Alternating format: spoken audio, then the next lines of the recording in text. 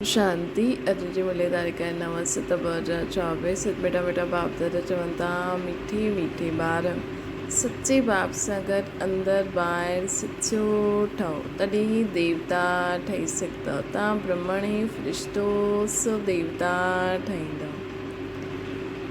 प्रश्न आहे न ज्ञान खे ॿुधण व धारण करण जो अधिकार कंहिंखे आहे, केरु अधिकारी केरु ठही सघंदो आहे। उत्तर आहे जे ऑलराउंडर पार्ट बजायो आहे, जे सभिनि खां जास्ती भक्ति कई आहे उहो ई ज्ञान खे धारण करण में तिखा थी वेंदा।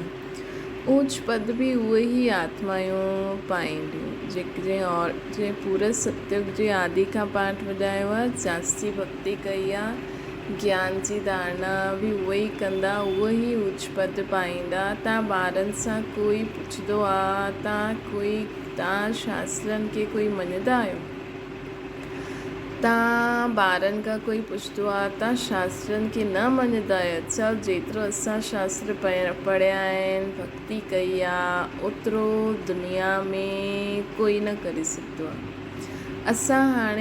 असांखे हाणे भक्ति जो फल मिलियो, हिन करे हाणे भक्ति जी दरकार न आहे। ओम शांति। बेहद जो बाप बेहद जे ॿारनि खे वेही सम्झाईंदा आहिनि, सभी आत्माउनि जो बाप सभी आत्माउनि खे सम्झाइनि था।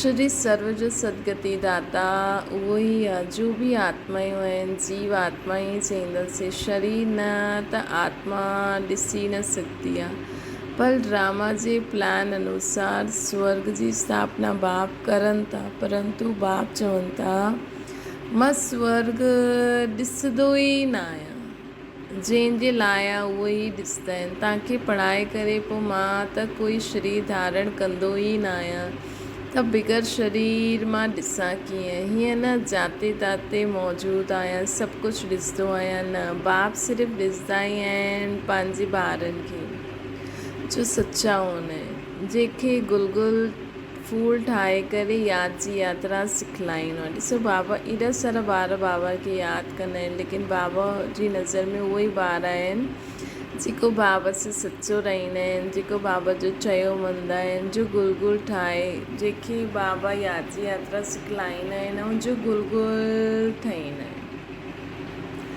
योग अक्षर भक्ति जो आहे, ज्ञान ॾियण वारो हिकु ज्ञान सागर आहे, उन्हनि खे ई सतगुरु चइबो आहे न। बाक़ी सभु आहिनि गुरु, सच ॻाल्हाइण वारो, सचखंड स्थापना करण वारो त हिकु बाबा ई आहे न। भारत सचखंड हुयो, उते सभु देवी देवता निवास कंदा हुया, तव्हां हाणे मनुष्य खां देवता ठहो था न। त ॿारनि खे सम्झाईंदा आहिनि, ॿार बाप सां गॾु अंदरि ॿाहिरि सचो रहणो आहे। पहिरियों त क़दम क़दम ते कूड़ी हुयो, उहो सभु छॾिणो पियो। पहिरियों त क़दम क़दम ते कूड़ी हुयो, उहो सभु छॾिणो पियो। हाणे अगरि स्वर्ग में ऊच पद पाइणो आहे त असांखे जो क़दम क़दम ते कूड़ आहे उनखे सभु कुझु छॾिणो पए। अगरि स्वर्ग में ऊच पद पाइणो आहे त सभु प्रकार जो कूड़ छॾिणो पए। भले स्वर्ग में त ॾाढा वेंदा, परंतु बाप खे ॼाणे करे पोइ विक्रम खे विनाश न कयो त सजायूं खाई करे हिसाब किताब चुकतो करिणो पए।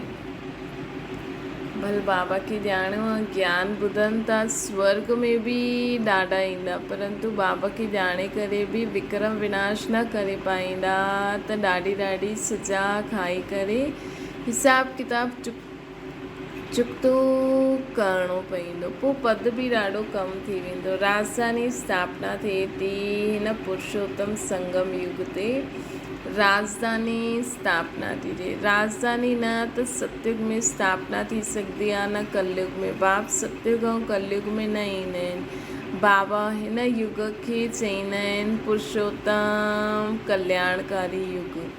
जे कल्याणकारी युग में कल्याणकारी बाप हिन सृष्टि ते अची करे स्वर्ग जी स्थापना कंदा आहिनि। इन में ई बाप अची करे सभिनि जो कल्याण कंदा आहिनि। कलयुग खां पोइ सतयुग अचिणो आहे, हिन करे संगम युग बि ज़रूरी आहे। बाप ॿुधाईंदा आहिनि हीअ पतित पुराणी दुनिया आहे, गायन भी है न, दूर देश जा रहण वारा त पराए देश में पंहिंजे ॿार काथां मिलंदा, पराए देश में पोइ पराया ॿार ई मिलंदा। उन्हनि खे सुठी रीति सम्झाईनि। मां कंहिंमें प्रवेश कंदो आहे, पंहिंजो बि परिचय ॾींदा आहिनि ऐं जंहिंमें प्रवेश कंदो आहे उन्हनि खे बि सम्झाईंदो आहे कि हीअ तव्हांजे ॾाढे जन्मनि जो अंतिम जन्म आहे। केतिरो क्लियर करे बाबा सम्झाईंदा आहिनि। हाणे त हिते पुरुषार्थी आयो, संपूर्ण पवित्र न आयो। संपूर्ण पवित्र खे फ़रिश्तो चईंदासीं। संपूर्ण पवित्र खे फ़रिश्तो चईंदासीं। त पवित्र न आहे, जो पवित्र न आहे उनखे पतत चईंदासीं। फ़रिश्तो ठहिण खां पोइ ई देवता ठहींदासीं। सूक्ष्म वतन में तव्हां संपूर्ण फ़रिश्ता ॾिसंदा आहियो न, उन्हनि खे फ़रिश्तो चइबो आहे। त बाप सम्झाईंदा आहिनि ॿार हिकु अलफ़ खे यादि करो। अलफ़ माना बाबा, उन्हनि खे अल्लाह बि चईंदा आहियूं न, उन्हनि खे अल्लाह बि चईंदा आहिनि। ॿार सम्झी विया आहिनि। अलफ़ माना अल्लाह, अल्लाह उन्हनि खे अलफ़ माना बाबा, बाबा अल्लाह खे बाबा। अलफ़ माना बाबा, उन्हनि खे अल्लाह बि चइबो आहे। ॿार सम्झी विया आहिनि। बाप सां स्वर्ग जो वरसो मिलंदो आहे। स्वर्ग कीअं रचंदा आहिनि? याद जी यात्रा ऐं ज्ञान सां ई स्वर्ग जी स्थापना थींदी आहे। भक्ति में ज्ञान हूंदो न आहे। ज्ञान सिर्फ़ु हिकु बाप ई ॾींदा आहिनि ब्राह्मणनि खे। ज्ञान सिर्फ़ु हिकु बाप ई ॾींदा आहिनि। असां ब्राह्मणनि खे ई बाबा ज्ञान ॾींदा आहिनि कि जेका पवित्रता जी प्रतिज्ञा कंदा ब्राह्मण, शुजी ज्ञान उन्हनि खे सम्झ में ईंदो न। जो पवित्र रहंदा उन्हनि जी बुद्धि सोने जी बर्तन थींदी वेंदी, त उन्हनि खे ज्ञान सम्झ में ईंदो। त बाबा ज्ञान सिर्फ़ु हिकु बाप ई ॾींदा आहिनि ब्राह्मणनि खे। ब्राह्मणनि जी चोटी आहे न। हाणे तव्हां ब्राह्मण आहियो, पोइ बाजोली खेॾंदा आहियो। ब्राह्मण ई पोइ फ़रिश्तो, सो देवता, सो क्षत्रिय, सो वैश्य, सो शूद्र ठहींदा। इनखे चइबो आहे विराट रूप। त विराट रूप में विराट रूप में केरु केरु ईंदा? ब्राह्मण, देवता, क्षत्रिय, वैश्य, शूद्र। इनखे चइबो आहे विराट रूप। विराट रूप कोई ब्रह्मा और विष्णु शंकर जो न आहे। उनमें चोटी ब्राह्मण त आहे न। बाप ब्रह्मा तन में ईंदा आहिनि। इहे त कोई ॼाणंदो ई न आहे। ब्राह्मण कुल ई सर्वोत्तम कुल आहे, जबकि बाप अची करे पढ़ाईंदा आहिनि। बाप शूद्रनि खे न पढ़ाईंदा आहिनि, ब्राह्मणनि खे ई पढ़ाईंदा आहिनि। जेकी आत्मायूं बाबा खे पवित्रता जी प्रतिज्ञा कंदियूं आहिनि ऐं हुन अनुसार हलंदियूं आहिनि, बाबा त हुननि खे ई पढ़ाईंदा आहिनि। पढ़ाइण में बि टाइम लॻंदो आहे। राजधानी स्थापना थियणी आहे। तव्हां ऊच ते ऊच पुरुषोत्तम ठहो। नई दुनिया को केरु रचंदो? बाप ई रचंदो न। इहा भूल न करो, इहा भूलो न। माया तव्हांखे भुलाईंदी आहे। नई दुनिया बाबा ई रची सघंदा आहिनि, बाबा ई रचनि था। इहा भूलो न। हाणे बाबा नई दुनिया स्थापना था करनि, त असांखे बाप सां गॾु नई दुनिया ठाहिणी आहे न। माया तव्हांखे भुलाईंदी आहे। उन्हनि खे त धंधो ई इहो आहे। ज्ञान में एतिरो इंटरफेयर न कंदी आहे, यादि में ई इंटरफेयर कंदी आहे। यादि में ई माया इंटरफेयर कंदी आहे। आत्मा में ॾाढो किचिड़ो भरियलु आहे। उहो बाप जी यादि बग़ैर साफ़ थी न सघे। योग अक्षर सां ॿार ॾाढो मूंझंदा आहिनि। चईंदा आहिनि बाबा असांजो योग न लॻंदो। त अॼु बाबा असांखे छा था चवनि कि बाबा घड़ी घड़ी चवनि था कि मां ब्राह्मणनि खे ई पढ़ाईंदो आहियां, इन करे असांखे पवित्र रहणो आहे। बाबा हाणे नई दुनिया जी स्थापना था करनि, सतयुग जी राजधानी स्थापना था करनि। त हिन में असांखे बाबा खे यादि करे पंहिंजी आत्मा मां किचिड़ो साफ़ करिणो आहे। बाप जी यादि बिगड़ साफ़ न थी सघे। योग अक्षर सां ॿार मूंझंदा आहिनि, चईंदा आहिनि बाबा असांजो योग न लॻंदो आहे। वास्तव में योग अक्षर उन 8 योगनि जो आहे। सन्यासी चईंदा आहिनि ब्रह्म सां योग लॻाइणो। सन्यासी चईंदा आहिनि ब्रह्म सां योग लॻाइणो आहे। हाणे ब्रह्म तत्व त ॾाढो वॾो लंबो चौड़ो आहे। जीअं आकाश में स्टार्स ॾिसण में ईंदा आहिनि न, हूअं उते बि नंढा नंढा स्टार्स मिसल आत्मायूं हूंदियूं आहिनि। उहा आसमान खां बि पार आहे, जिते सूर्य चांद जी बि रोशनी न पहुची सघे। एतिरो ऊचो असांजो घरु आहे, ऊचे स्थान ते। त ॾिसो केतिरा नंढा नंढा रॉकेट तव्हां आहियो न, असां नंढा नंढा रॉकेट आहियूं। न रॉकेट पुठियां लाइट छॾंदो, ऐं असां आत्मायूं बि जॾहिं मां बाप सां गॾु वेंदासीं त असां में उहो लाइट नज़र ईंदी न, उहा आसमान सां पार आहे, जिते सूर्य चांद जी रोशनी बि न पहुची सघंदी आहे। बाबा चवनि था त ईअं जीअं बाबा असांखे ॿुधाइनि था न, त ईअं विजुअलाइज़ करो, अनुभव करो कि हा जीअं कोई ॿुधाए हा भई आकाश आहिनि, सितारा आहिनि। बाबा चवनि था इन मुआफ़िक़ की असां हुते ॾाढी नंढा नंढा स्टार्स मितल आत्मायूं, ऐं बाबा ॿुधाईंदा आहिनि भई परम धाम में सभु ॾाढी थोरी सी जॻह में सभु रहंदा आहिनि। सितारनि खे रहण में इकट्ठा थी करे रहंदा आहिनि न, उल्टे वृक्ष जे रूप में, त केॾो कॉम्पैक्ट हूंदो नंढो सो। त नंढा नंढा स्टार्स मिसल आत्मायूं आहिनि। ऐं इहे बि सोचो, पोइ बाबा चवनि था कि हुते सूर्य चांद जी रोशनी बि न पहुची सघंदी, त एॾो परे हूंदासीं जिते सूर्य चांद जी रोशनी बि न पहुची सघे। त हाणे बाबा चवनि था असां नंढा नंढा रॉकेट आहियूं, त ईअं सोचो हा असां आत्मायूं मथे वेंदासीं त ईअं रॉकेट मुआफ़िक़ पुठियां ईअं लाइट नज़र ईंदी। तॾहिं बाबा चईंदा आहिनि पहिरियों आत्मा जो ज्ञान ॾियणो आहे। केॾो वॾो आहे न, केॾो सुठो आहे अगरि असां आत्मा जो ईअं ज्ञान ॾियूं, परम धाम जे बारे में ॿुधायूं माण्हुनि खे थोरी देरि, त थोरो समय जे लाइ त आत्मायूं सभु पंहिंजो उन्हनि जो बुद्धि योग मथे हली वञे। तॾहिं बाबा चईंदा आहिनि पहिरियों आत्माउनि जो ज्ञान ॾियणो आहे। उहो त हिकु भॻवानु ई ॾेई सघंदा आहिनि न। ईअं न सिर्फ़ु भॻवान खे न ॼाणंदा आहिनि, परंतु आत्मा खे बि न ॼाणंदा आहिनि। इहो संगम युग केॾो सुठो समय आहे जॾहिं असां ख़ुदि खे बि ॼाणंदा आहियूं कि मां केरु आहियां, मां किथां आई आहियां, मुंहिंजो पीउ केरु आहे, मां हिते छा थी करां, मुंहिंजी साइज़ केतिरी आहे, मां कीअं कमु कंदी आहियां। हाणे ई असां पंहिंजे खे पहचाने करे पंहिंजी साफ़ सफ़ाई करे सघंदा आहियूं। अञा दिवाली जे समय ई कोई अहिड़ी चीजूं हूंदियूं आहिनि जो हुन समय ई कढी करे माण्हू साफ़ु कंदो, ॿियो साल भर खणंदो ई न आहे, जीअं त भुलिजी वेंदो आहे। ईअं ई असां पूरो 5000 साल पंहिंजे आत्मा खे सत्य त्रेता में पतो हुयो, लेकिन हिन रीति न पतो हुयो। त हाणे संगम युग ते ई असां ख़ुदि जी आत्मा खे ॼाणे करे उनजी साफ़ सफ़ाई करे सघंदा आहियूं, उनखे ॼाणे सघंदा आहियूं।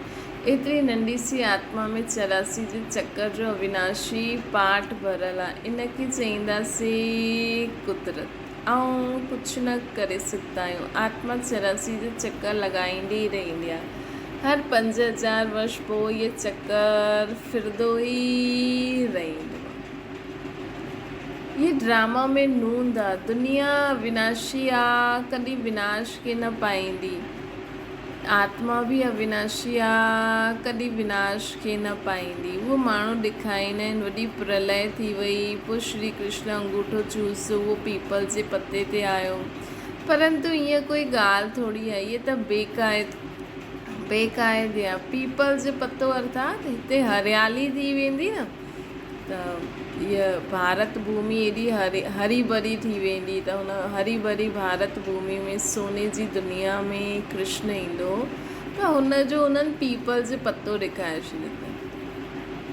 अगरि असां भारत जो नक्शो बि ॾिसूं न, त ईअं थोरो बहुत उन जीअं आहे। अगरि असां ॾिसूं त ऐं भारत जो नक्शो बि न, त उहो त दिल्ली जे एरिया में ईंदो न, त हुनजो उहो ॾिसिजो, त उहो कोई न कोई रीति पोइ उन्हनि ईअं ठाहे छॾियो आहे। महाप्रलय कॾहिं न थींदी आहे। बाबा चवनि था महाप्रलय कॾहिं न थींदी आहे। हिकु धर्म जी स्थापना ऐं अनेक धर्मनि जो विनाश हलंदो ई रहंदो आहे। इहे हर 5000 साल में हिन समय मुख्य आहिनि इहे 3 धर्म। इहे त आस्पीशियस संगम युग आहे। पुराणी दुनिया नई दुनिया में राति ॾींहं जो फ़र्क़ु आहे। कल्ह नई दुनिया हुई, अॼु पुराणी आहे। कल्ह जी दुनिया में छा हुयो इहे तव्हां सम्झी सघंदा आहियो। जो जंहिं धर्म जो आहे हुन धर्म जी स्थापना कंदो, उहो त सिर्फ़ु हिकु ई ईंदो आहे। ॾाढा न हूंदा आहिनि, पोइ धीरे धीरे वृद्धि पाईंदा आहिनि, है न।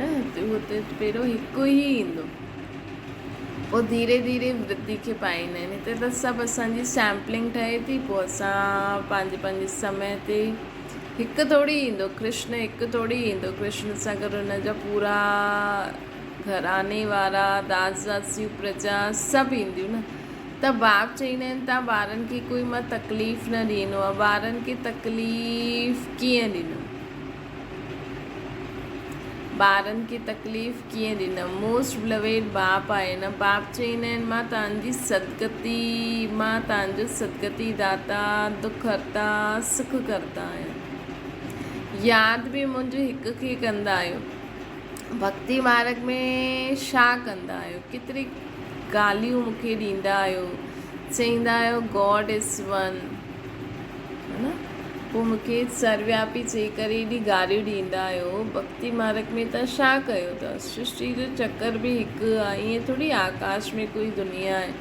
आकाश में स्टार्स आहिनि। मनुष्य त सम्झंदा आहिनि हिकु हिकु स्टार में सृष्टि आहे। इहा असल में छा आहे? असां आत्माउनि द्वारा जो आत्माउनि खे ज्ञान मिलंदो, सदगति थींदी, जीअं आत्माउनि खे सुख शांति मिलंदो, उहा जीअं असांजी दुनिया ठही वेंदी आहे। उहा जीअं असांजी राजधानी ठही वेंदी, उहा जीअं असांजा मञण वारा ठही वेंदा। त हिन करे चईंदा आहिनि जीअं सम्झो हिकु घर में माण्हुनि जो उहो ई परिवार, उहो ई संसार हूंदो न। माउ छा चईंदी, पीउ छा चईंदो कि इहो ई मुंहिंजो संसार आहे। कोई आत्मा जेकी पंहिंजी परिवार में वॾी हूंदी, उहो चईंदी न इहो ई मुंहिंजो संसार आहे। त जीअं उहो हिकु सितारो आहे, हुन जे लाइ उहो ई संसार आहे, उहो ई सृष्टि आहे। इन जे लाइ उन्हनि मथे वारे सितारनि खे चई छॾियो अथनि कि हिकु हिकु स्टार्स में सृष्टि आहे, हेठि बि दुनिया, ईअं चईंदा आहिनि। इहे सभु भक्ति मार्ग जी ॻाल्हियूं आहिनि। उच ते उच भॻवानु हिकु ई आहे। चईंदा बि आहिनि सॼी सृष्टि में जी आत्मायूं तव्हां में पिरोई हुई आहिनि। इहे जीअं माला आहे। ऐं शिव बाबा जी त ॾिसो, दुनिया वारनि जी त चलो हिकु गुरू जी सृष्टि छा हूंदी, हुन जा फॉलोवर्स, है न। हिकु गुरू, उहो बि त आत्मा सितारे जी, जीअं हिकु सितारो मतिलबु गुरू जो पाठ वॼाए थो हिन सृष्टि ते, त हुनजी दुनिया छा हूंदी? बसि हुनखे पंहिंजे फॉलोवर्स ई नज़र ईंदसि जुड़ी। त असांजी दुनिया छा आहे? जो बाप जी दुनिया आहे। पूरी विश्व जी आत्मायूं असांजी दुनिया आहे। पूरी प्रकृति, योनियूं, तत्व। त शिव बाबा उचते उच भॻवानु हिकु चईंदा बि आहिनि सॼी सृष्टि जी आत्मायूं तव्हां में पिरोइजी वञनि, जीअं बाबा जी गले जी माला आहे। इनखे बेहर जी रुद्रमाला बि चइबो आहे न। सूत्र में बंदी हुई आहे न, ॻाईंदा बि आहिनि न, परंतु सम्झंदा कुझु न आहिनि। बाबा अची करे सम्झाईंदा आहिनि मां तव्हांखे ज़रा बि तकलीफ़ ॾींदो न आहे। इहे त ॿुधाईंदा आहिनि जंहिं पहिरियों भक्ति कई उहे ई ज्ञान में तिखा वेंदा। भक्ति जास्ती कई आहे त फल बि उन्हनि खे जास्ती मिलणो खपे न। चईंदा आहिनि भक्ति जो फल भॻवानु ॾींदा आहिनि, उहा आहे ज्ञान जो सागर। भक्ति जो फल भॻवानु ॾींदा आहिनि, उहा आहे ज्ञान जो सागर। त ज़रूरु ज्ञान सां ई फल ॾींदा न, ज्ञान सां ई फल ॾींदा। भक्ति जो फल जो कंहिंखे पतो ई न आहे। भक्ति जो फल आहे ज्ञान। जंहिंसां स्वर्ग जो सुख मिलंदो आहे त फल ॾींदा आहिनि, अर्थात नर्कवासी सां स्वर्गवासी ठाहींदा आहिनि हिकु बाप। फल छा ॾींदा आहिनि? असांखे ज्ञान ॾींदा आहिनि, ख़ुदि जो पंहिंजो परिचय ॾेई करे असांखे नर्कवासी खां स्वर्गवासी ठाहींदा आहिनि। रावण जो बि कंहिंखे पतो न आहे। चईंदा आहिनि पुराणी दुनिया आहे, कॾहिं खां पुराणी आहे उहो हिसाब न कढी सघंदा आहिनि। बाप आहे मनुष्य सृष्टि जे झाड़ जो बीज, सत्य आहे, उहो कॾहिं विनाश न थींदो आहे। इन्हनि खे उल्टो झाड़ चईंदा आहियूं न। बाप मथां में आहे, आत्मायूं बाप खे मथे ॾिसी सॾु कंदा आहिनि। शरीर त न सॾु कंदो आहे न, आत्मा सॾु कंदी आहे। बाबा मथे रहंदा आहिनि त उल्टो उहो कॾहिं विनाश, मतिलबु बाबा त मथे रहंदा आहिनि, उल्टो झाड़ आहे त मथे मथे बीज आहे। आत्मायूं इन करे मथे भॻवान खे यादि कंदियूं आहिनि। शरीर न कंदो आहे, आत्मा कंदी आहे। आत्मा त हिकु शरीर सां निकिरी करे ॿिए में हली वेंदी आहे न। आत्मा न घटिदी आहे न वधंदी आहे, न कॾहिं मृत्यु खे पाईंदी आहे। इहे खेल ठहियलु आहे। सॼे खेल जे आदि मध्य अंत जो राज़ बाबा सां आत्माउनि खे अची करे सम्झाइनि था। त ॾिसो केॾी सारी आत्मायूं बाबा जो ज्ञान सम्झी चुकियूं आहिनि, उन अनुसार हली करे पंहिंजे पाण खे परिवर्तन करनि थियूं। आस्तिक बि ठाहियो आहे, इहे बि ॿुधायो आहे हिन लक्ष्मी नारायण में इहे ज्ञान न आहे। हुते त आस्तिक नास्तिक जो पतो ई न हूंदो आहे। हिन समय बाप ई अर्थ सम्झाईंदा आहिनि। नास्तिक हुनखे चइबो आहे जो न बाप खे, न रचना जी आदि मध्य अंत खे ॼाणे, न ड्यूरेशन खे ॼाणे। हिन समय तव्हां आस्तिक ठहिया आहियो न। हुते इहे ॻाल्हियूं हूंदियूं न आहिनि, खेल ई आहे न। त बाप हिकु सेकेंड में, जो ॻाल्हि हिकु सेकेंड में थींदी आहे उहो पोइ ॿी सेकेंड में न थी सघंदी है न। नास्तिक हुनखे चइबो आहे जो बाप ऐं रचना खे न ॼाणे। बाबा चवनि था इहे सभु खेल थो हले। जो ॻाल्हि हिकु सेकेंड में थींदी आहे उहो ॿिए सेकेंड में न थींदी आहे। ड्रामा में टिक टिक थींदी रहंदी आहे। जो पास्ट थियो उहो चकर फिरंदो ई रहंदो आहे न। जीअं बाइस्कोप हूंदो आहे न, 2 घंटा या 3 घंटा बाद पोइ उहो ई बाइस्कोप हूबहू रिपीट थींदो आहे। त ईअं ई हिन सृष्टि ते 5000 साल जो जेको ड्रामो हलियलु आहे उहो सेकेंड बाय सेकेंड हलंदो ई रहंदो आहे। पोइ हुन जो ॻाल्हि थी वई पोइ ॿिए सेकेंड में न थींदी आहे। पोइ वापसि जॾहिं 5000 साल जो उहो फिर खां वरी रिपीट थिए तॾहिं उहो ईंदो। तंहिंजे करे बाबा चवनि था 2 घंटा पोइ उहो ई बाइस्कोप रिपीट थींदो आहे। मकान आदि तोड़ंदा आहिनि, पोइ ॾिसंदा आहिनि ठहियलु उहो थींदो आहे न। मूवी में पहिरियों तोड़े छॾंदा आहिनि, पोइ ओड़ो ई मकान अची वापसि रिपीट करो त हूबहू रिपीट थींदो आहे। इन में मुंझण जी ॻाल्हि न आहे। मुख्य ॻाल्हि आहे आत्माउनि जो पाप परमात्मा आहे। मुख्य ॻाल्हि आहे आत्माउनि जो पाप परमात्मा आहे। आत्मायूं परमात्मा अलॻि रहिया बहुकाल, अलॻि थींदा आहिनि हिते पाठ वॼाइण। तव्हां पूरा 5000 वर्ष अलॻि रहिया आहियो बाबा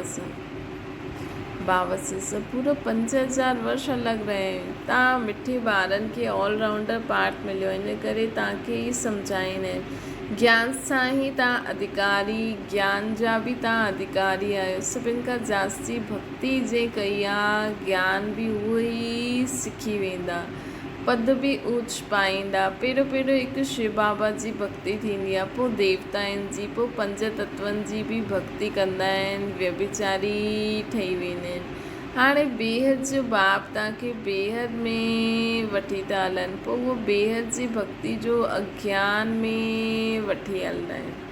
हाणे बाप तव्हां ॿारनि खे सम्झाईंदा आहिनि, पंहिंजी खे आत्मा सम्झी मुंहिंजे हिकु बाप खे यादि करो।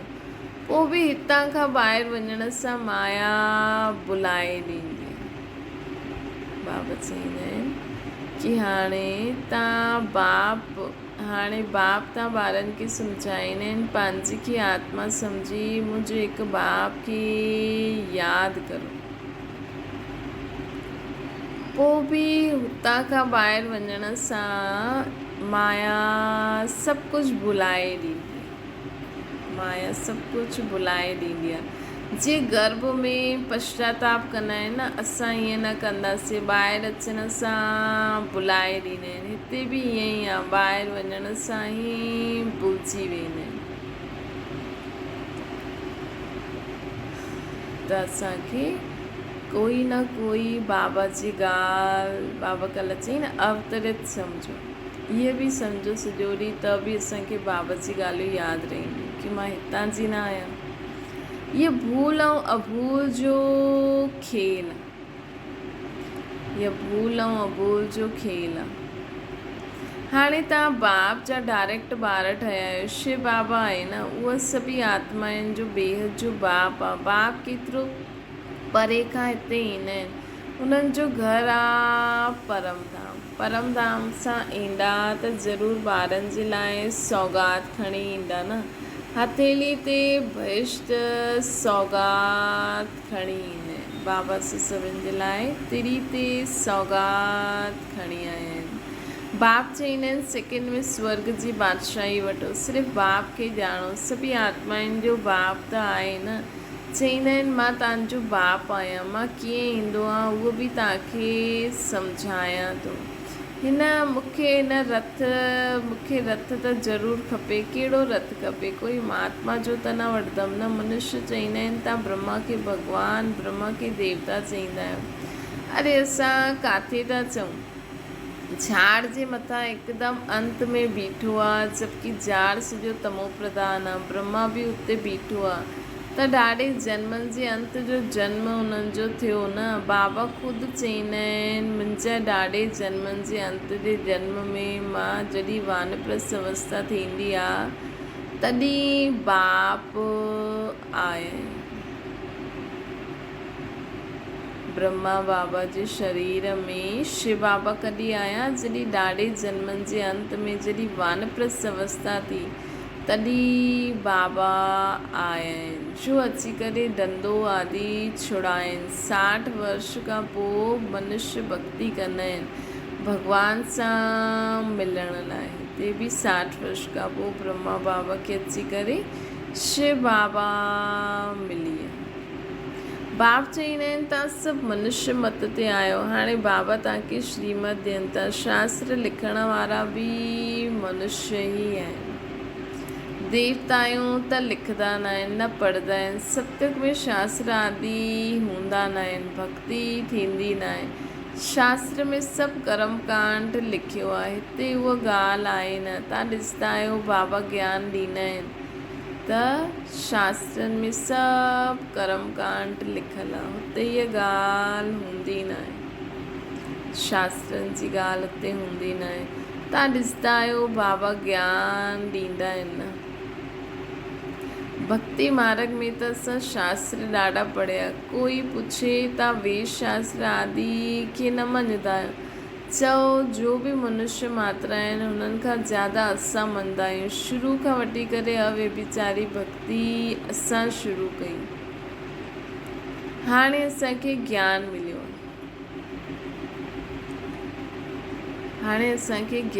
आहे। ज्ञान सां सदगति थींदी आहे। पोइ असां भक्ति खे छो करूं न? छो असां वेही आरती उतारूं, उन्हनि जी महिमा करूं, ख़ुदि जी ग्लानी करूं?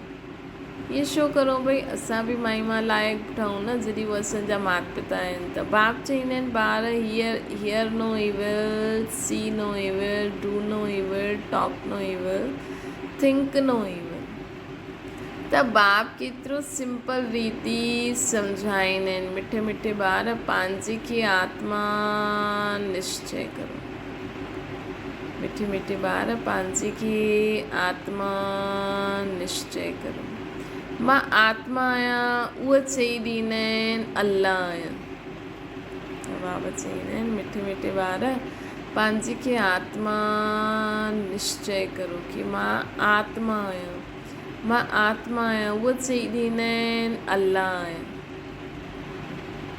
तव्हांखे शिक्षा मिलंदी आहे मां आत्मा आहियां, बाप जो ॿार आहियां। असांखे शिक्षा मिलंदी आहे मां आत्मा आहियां, बाबा जो ॿार आहियां। इहे ई माया घड़ी घड़ी बुलाईंदी आहे न। देह अभिमान थियण सां ई उल्टो कमु थींदो आहे। इन करे कॾहिं बि असांखे देह अभिमान न अचिणो खपे। सदा यादि रखो मां आत्मा हिन सृष्टि ते अवतरित आहियां, मां आत्मा हिन सृष्टि ते अवतरित आहियां। त देह अभिमान सां ई उल्टो कमु थींदो आहे। माया घड़ी घड़ी बुलाए ॾींदी आहे कि मां आत्मा आहियां, बाबा जो ॿार आहियां। हाणे बाप चईंदा आहिनि ॿार बाप खे भूलो न, टाइम वेस्ट न करो। अच्छा, मीठी मीठी सिकी लदे ॿारनि प्रति माता पिता बाप दादा जो यादि प्यार ऐं गुड मॉर्निंग। रूहानी बाप जी सभिनि रूहानियुनि ॿारनि खे नमस्ते। असांजी बि रूहानी माता पिता बाप दादा खे यादि प्यार गुड मॉर्निंग ऐं नमस्ते। धारणा जे लाइ मुख्य सार, रचयिता ऐं रचना जे राज खे यथार्थ सम्झी करे असांखे आस्तिक ठहिणो। ड्रामा जे ज्ञान में मुंझणो न आहे। पंहिंजी बुद्धि खे हद सां कढी सदा बेहद में रखो। ॿियो आहे सूक्ष्म वतन फ़रिश्तो ठहिण लाइ संपूर्ण पवित्र ठहिणो। सूक्ष्म वतन जो फ़रिश्तो ठहिण लाइ असांखे सदा संपूर्ण पवित्र रहणो आहे। व्यर्थ ऐं नेगेटिव खे अवॉइड करण वारो अवॉर्ड वठिणो आहे बाबा खां। बाबा चईंदा आहिनि कि हाणे ॿारनि में ॿियो कुझु न आहे, लेकिन व्यर्थ संकल्प आहिनि त उन्हनि खे बि अवॉइड करे संपूर्ण पवित्र ठही करे फ़रिश्तो ठही वञे। आत्मा में जो किचिरो आहे भरियल आहे उनखे बाप जी यादि जे बल सां कढी करे हिकदमि साफ़ शुद्ध करे छॾो। बेदाग हीरो ठही वञे असांजी आत्मा बाप समान। वरदान आहे ईश्वरी रस जो अनुभव करे हिकु रस स्थिति में स्थित रहण वारा श्रेष्ठ आत्मा ठहो। जो ॿार ईश्वरी रस जो अनुभव करे वठंदा आहिनि उन्हनि खे दुनिया जा सभु रस फीका लॻंदा आहिनि।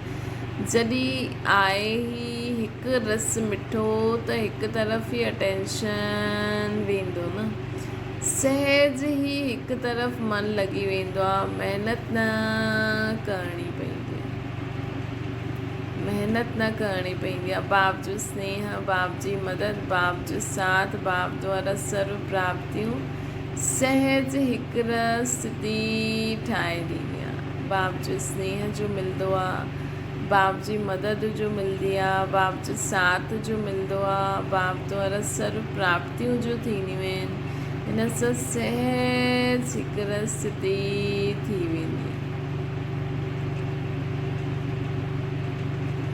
अहिड़ी हिकु स्थिति में स्थित रहण वारी आत्मायूं ई श्रेष्ठ अर्थात जंहिंजो संकल्प बोल कर्म सभु ऊंचा हूंदा, शुद्ध हूंदा, पवित्र हूंदा। स्लोगन आहे किचड़े खे समाए करे रतन ॾियण ई मास्टर सागर ठहिणा। कोई असांखे कुझु बि ॾे, किचड़ो ॾे, असांखे चए तव्हां पागल आहियो, चरिया आहियो, तव्हां में दिमाग़ न आहे, तव्हां अकुल न आहे, तव्हां अहिड़ा आहियो वेड़ा आहियो, जो बि तव्हांखे गारियूं ॾे, उल्टो सुल्टो चए, तव्हांजी बुराई करे, निंदा करे, उन्हनि सभिनि खे बाप जी यादि में समाए छॾियो। कल्ह बाबा चई न निंदा करण वारे खे बि मित्र सम्झो। त पहिरियों त हुनखे मित्र सम्झो, पहिरियों त ॿुधो उहो जेको चए थो मां आहियां त करेक्ट कंदा वञो, उन्हनि जी ॻाल्हियुनि खे समाईंदा वञो। न आहियां त ॿियो ई हुनजे मथां रहम करो, दया करो, क्षमा करो, त ॾींदासीं न हुनखे रतन न। हुनजे लाइ सुठे सुठे गुणनि, उहो तव्हांखे अवगुण चवनि था पागल आहियो, ईअं आहियो, तव्हां हुनखे चओ तव्हां ॾाढा सुठा आहियो, ॾाढा इंटेलिजेंट आहियो, ॾाढा समझदार आहियो। त इहे जीअं असां उन्हनि जो किचिरो समाए करे ऐं उन्हनि खे रतन ॾींदासीं त असांखे बि मिलंदो वेंदो, त मास्टर सागर ठही वेंदासीं न। अच्छा, ओम शांति। बाबा खे यादि करो।